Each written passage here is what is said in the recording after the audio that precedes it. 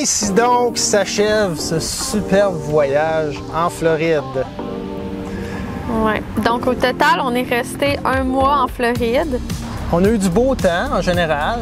Ouais, vraiment. J'ai été quand même surpris des températures fraîches. Je m'attendais, dans ma tête, la Floride, c'était un peu comme le Mexique ou Cuba. Là. En tout cas, bref, j'ai trouvé que c'était. Il y a eu des températures très froides. Oui, mais c'est quand même l'hiver ici. Là. On est au mois de janvier, fait que c'est le mois ou un des mois le plus froid. Fait que les nuits étaient froides.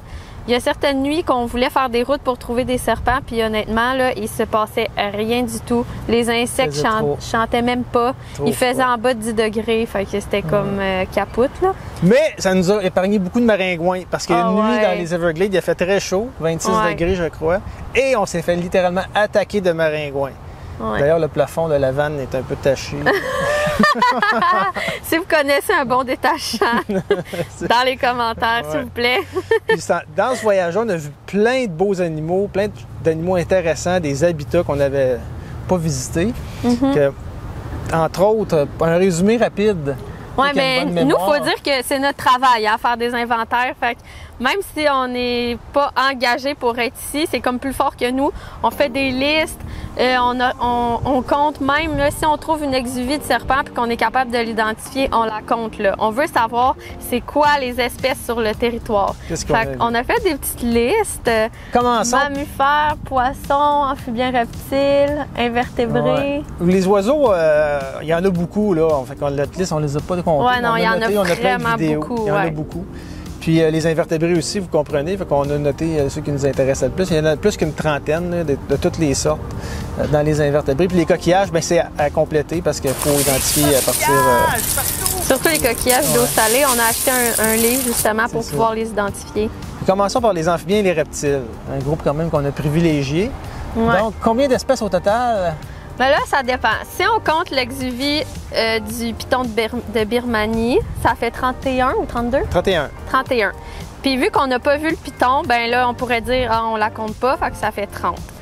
Dans le total des espèces, on s'est rendu compte que 30 en fait, un tiers des espèces d'amphibiens et de reptiles qu'on a vues ne sont pas indigènes à la Floride. Oui, ça c'est intéressant. Puis on s'y attendait parce qu'on s'est documenté avant de venir ici. Puis on savait que la Floride, c'est reconnu pour être un des endroits au monde où il y a le plus d'espèces exotiques qui s'implantent dans le milieu, qui se reproduisent, qui sont là finalement. Et ben moi, je m'attendais à plus. 30 c'est quand même pas tant que ça. Ben tu sais, ça dépend. Ça dépend. Il faut dire que l'alligator est indigène, toutes les tortues qu'on a vues sont indigènes, les serpents, couleuvres, ben en fait, il y a, comme tu dis, l'exuvie du python de Birmanie, qui est une espèce introduite. C'est surtout les lézards, où il y avait beaucoup d'espèces introduites. Oui, l'anolis brun, c'est incroyable. C'est une espèce introduite, mais elle est partout, partout, partout. Pour vous dire, là, on a peut-être vu, mettons, 500 anolis bruns pour 2 anolis verts. Oui, vraiment. Là. Ça, c'est intéressant parce que c'est documenté, le phénomène.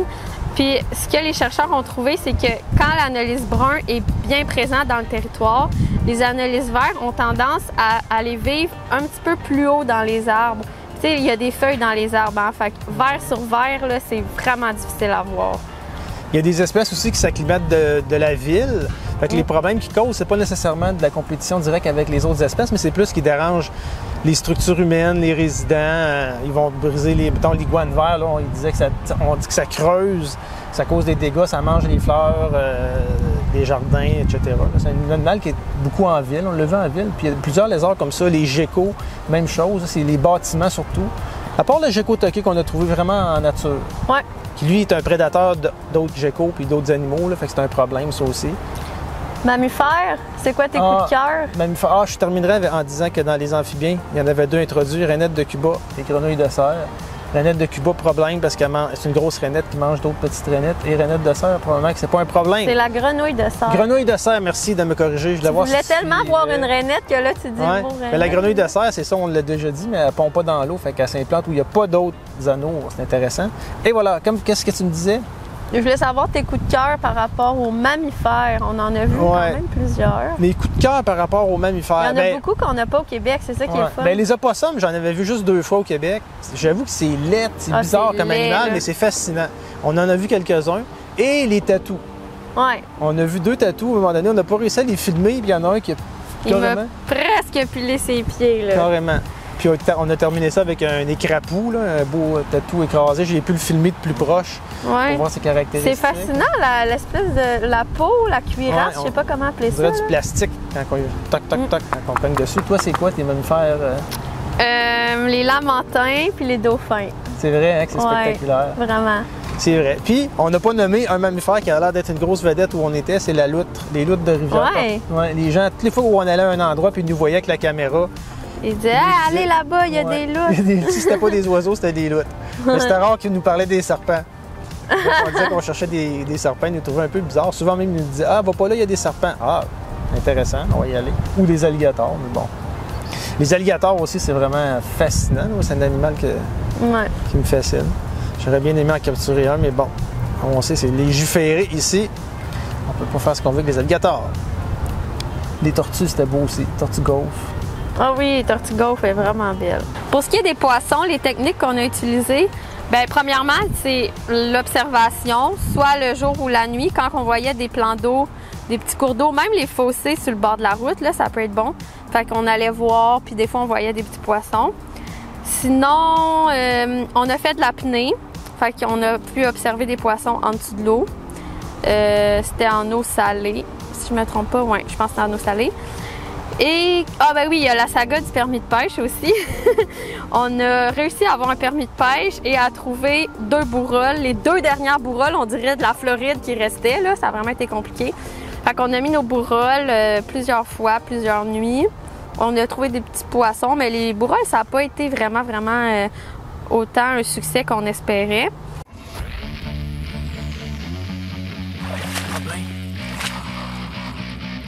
On en fume! Ça fait presque un mois que je mets des bourrolles pour pogner un amphiume. Je pogne jamais rien. Et regardez ce que je viens de pogner. C'est malade! Et il y a une fois, coup de chance, où on a vu des lépisostés de Floride qui nageaient un petit peu dans le courant sur le bord de la rue. Fait qu'à l'épuisette, JF il a pu en récolter un, puis là on a pu l'observer de proche. C'est le fun parce qu'on a vu c'est quoi les différences avec le lépisosté osseux qu'on connaît très bien, qu'on a au Québec. Il est beaucoup plus gluant, le lépisosté de Floride, là. Il est difficile à tenir. Il a le nez un petit peu plus court, en tout cas, bref, c'était le fun de pouvoir voir ça. Fait que je pense que c'était mon coup de cœur des poissons, là, le lépisosté de Floride, c'était vraiment le fun. Puis en eau salée, as-tu un coup de cœur? Ben, le barracuda, c'est comme un peu une légende. Il y a du monde qui disent « Ah, là, quand tu plonges puis il y a des barracudas, faut pas que tu aies de bijoux. » C'est un peu vu comme un poisson, un peu comme un monstre. Moi, j'aime ça, ces affaires-là. Un peu comme les requins, ça me fait triper, je sais pas pourquoi. Bon, on a fait un beau mélange de marche, observation, plage.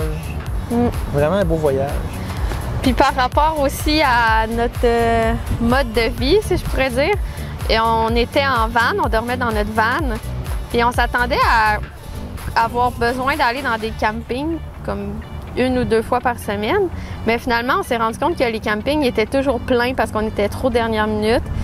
Fait que si on avait voulu être dans des campings, il aurait fallu réserver quelques semaines ou même quelques mois d'avance selon les campings. Là. Même dans les Keys, il faut réserver 1 an d'avance. Fait qu'on s'est ramassé qu'on dormait. On s'est bien débrouillé quand même. Ah oui, super, vraiment. Parfois, c'était vraiment beau, on était en nature et tout. Parfois, on était dans des stationnements. Là, c'était un peu moins glamour.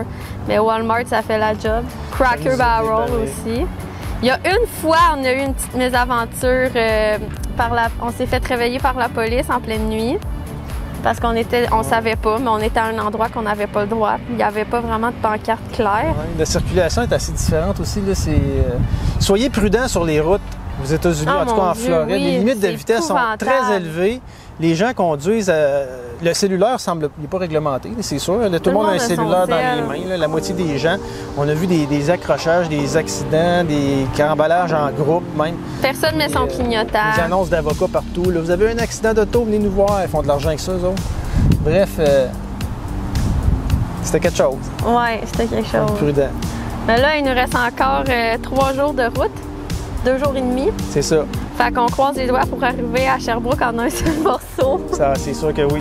Puis c'est plus la neige qui me fait peur quand on arrive. Ouais. Fait qu'on espère que vous avez aimé notre balade d'un mois en Floride. Si vous avez des questions là, sur la Floride en général ou sur les espèces, ben, vous pouvez nous écrire, ça va nous faire plaisir. Puis sinon, ben, on attend le printemps avec impatience. Hier soir, on roulait en auto, c'était la nuit, puis là, les fenêtres étaient baissées, puis on entendait les rainettes crucifères, puis là, on était comme « Ah, c'est comme au mois d'avril au Québec, c'est malade! » À bientôt! À bientôt!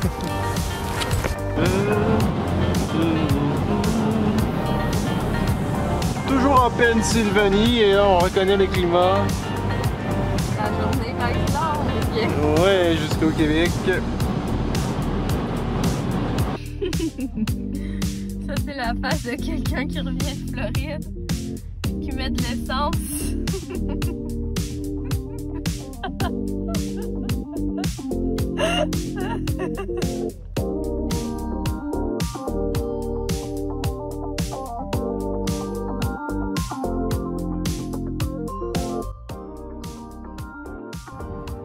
Notre fruit est enfin mûr. Il était temps parce qu'on passe les douanes dans même pas 2 heures. Puis on n'a pas le droit de traverser des fruits aux douanes. C'est maintenant l'heure de le manger. Je sais pas trop comment, mais selon les conseils du petit garçon, il fallait le couper en deux. C'est dur à couper, ce truc-là. C'est quoi son nom? Black Sapoté.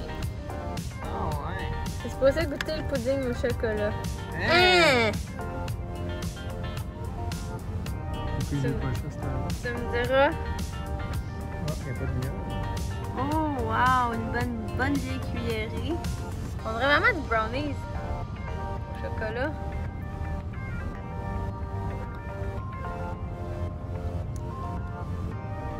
C'est doux. C'est On doux, dirait, hein? mais Pas tant. il y a le goût, sérieusement. Là. Ça ressemble à du chocolat, mais pour le goût, C'est vraiment. ça goûte quoi? C'est bon. Ça goûte pas grand chose. Ah, ça goûte pas Ça chocolat. goûte pas grand chose en fait. Pourtant, il est mûr.